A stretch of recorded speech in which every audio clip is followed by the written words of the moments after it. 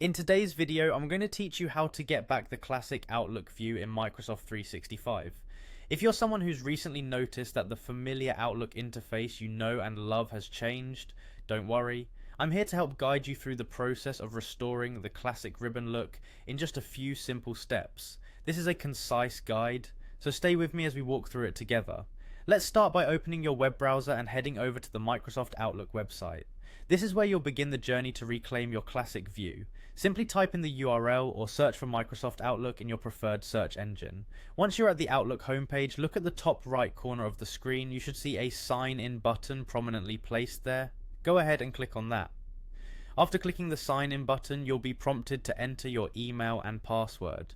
Ensure you're signing in with the correct credentials associated with your Microsoft 365 account.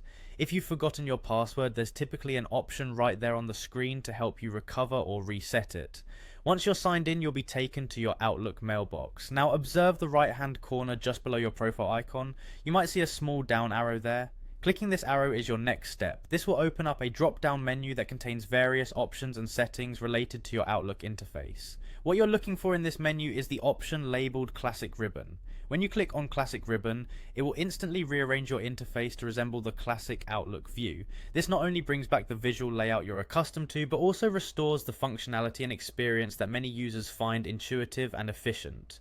Sometimes software updates can cause the layout to change, but with this option you can ensure your productivity isn't hampered by an unfamiliar design. And there you have it, a straightforward way to restore the classic Outlook experience in Microsoft 365. If you follow these steps, you should have no trouble transitioning back to a layout that's comfortable for you. Just remember, changes like these are often implemented with new features in mind, so while it's great to stick with what you know, don't hesitate to explore new options as they may improve your workflow even more. Thank you for joining me in this quick guide. If you have any more questions or need further clarification, feel free to leave a comment below.